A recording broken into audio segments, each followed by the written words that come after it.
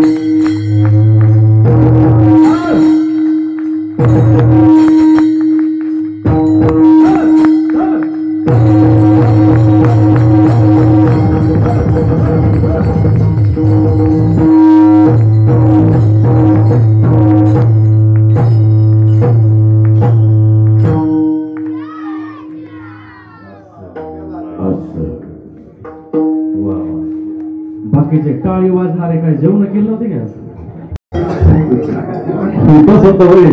अरे बापरे.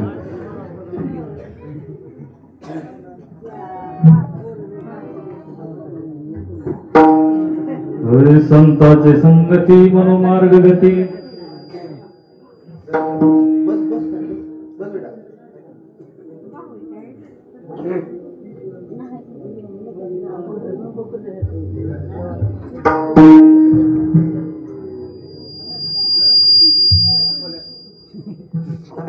बस आता म्हणे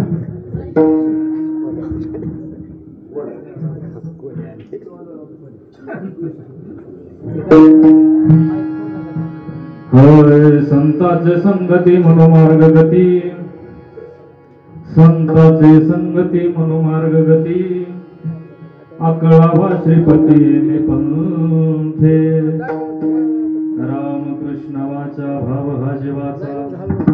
आत्मा जो शिवाचा राम जप. एक तत्वे नाम साधती साधन.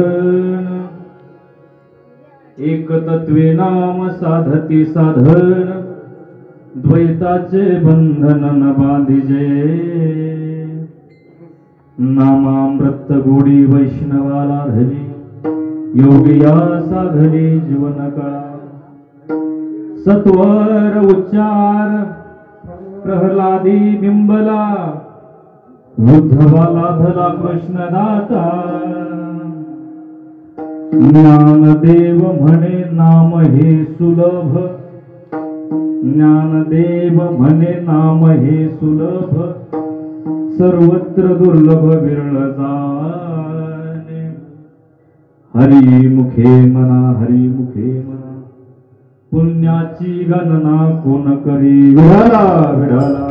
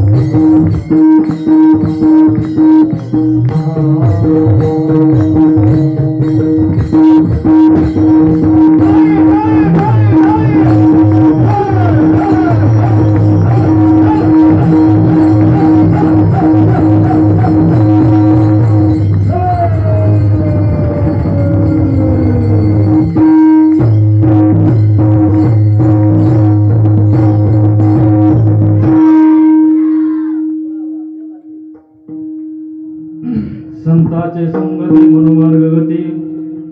आकळावा श्रीपती पंथे. रामकृष्ण वाचा भाव हा जीवाचा. आत्मा जो शिवाचा राम जप. प्रस्तुत कीर्तन रूपी शैली करता घेतलेला अभंग. भगवंताचे युगानिवीचे लाडके प्रेमी भक्त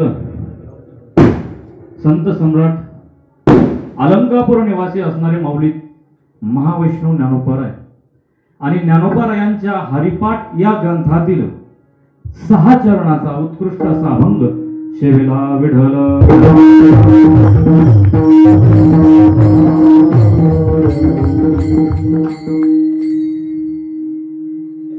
अभंगाला सुरुवात करण्या अगोदर अल्प 6 पर्याय द्यायचा तो असा.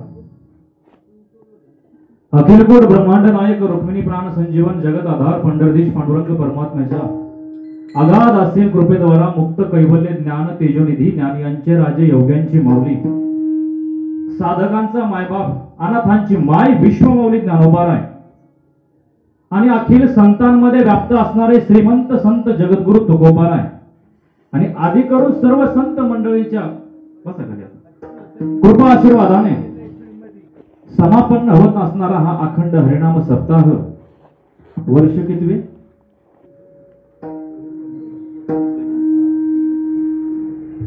वर्ष 19वे ग्रंथराज ज्ञानेश्वरी पारायण 16 वर्ष 19वे आणि आजच्या 6व्या दिवसाची कीर्तन रूपी सेवा ही माझ्याकडे आली. बरोबर आहे. कार्यक्रमाला सुरुवात करण्या अगोदर या ठिकाणी ज्यांनी आपल्याला सुरुवातीला सुंदर अशी चाल गायली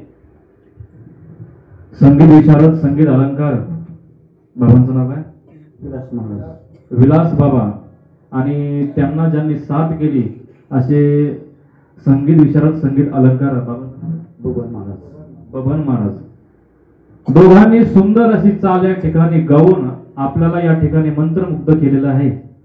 यासाठी सर्वांना एक विनंती आहे, दोघांसाठी जोरदार टाळी वाजवा. त्यानंतर आपल्या कार्यक्रमासाठी आवर्जून उपस्थित असणारे आमचे मित्र हरिभक्त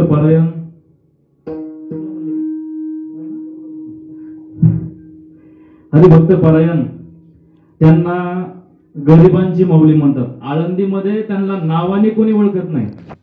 गरिबांची माऊली जर म्हटलं तर डायरेक्ट पोरांच्या रूमवर आणून सोडणार तुम्हाला असे असणार आमचे केदार सर. आज वेळात वेळ काढून महाराज ते माझ्यासोबत या ठिकाणी कार्यक्रमासाठी आले. द्यावे तेवढे धन्यवाद बाबांना कमी. एकदा जोरदार बाबांसाठी टाळी वाजवा. त्यानंतर मृदंग अलंकार मृदंग विशारद दादांचं नाव काय बजरंग दादा. जेवढी तोला मोलाची गायनाची सेवा या ठिकाणी झाली ना त्याच तोला मोलाचं वादन या ठिकाणी दादांकडून झाले. वा सुंदर असं दादांनी वादन केलं. एकदा दादांसाठी जोरदार टाळी वाजवा. त्यानंतर या पुढे या सर का बाबा पुढे या पुढे पुढे थोडं पुढे या पुढे या पुढे पुढे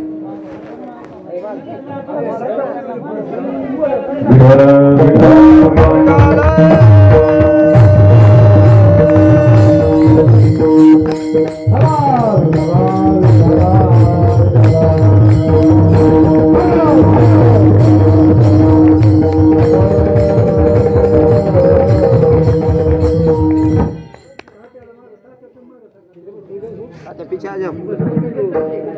झालं का तुमचं? झालं शांत तरी ऐकायला नाही. ठीक आहे.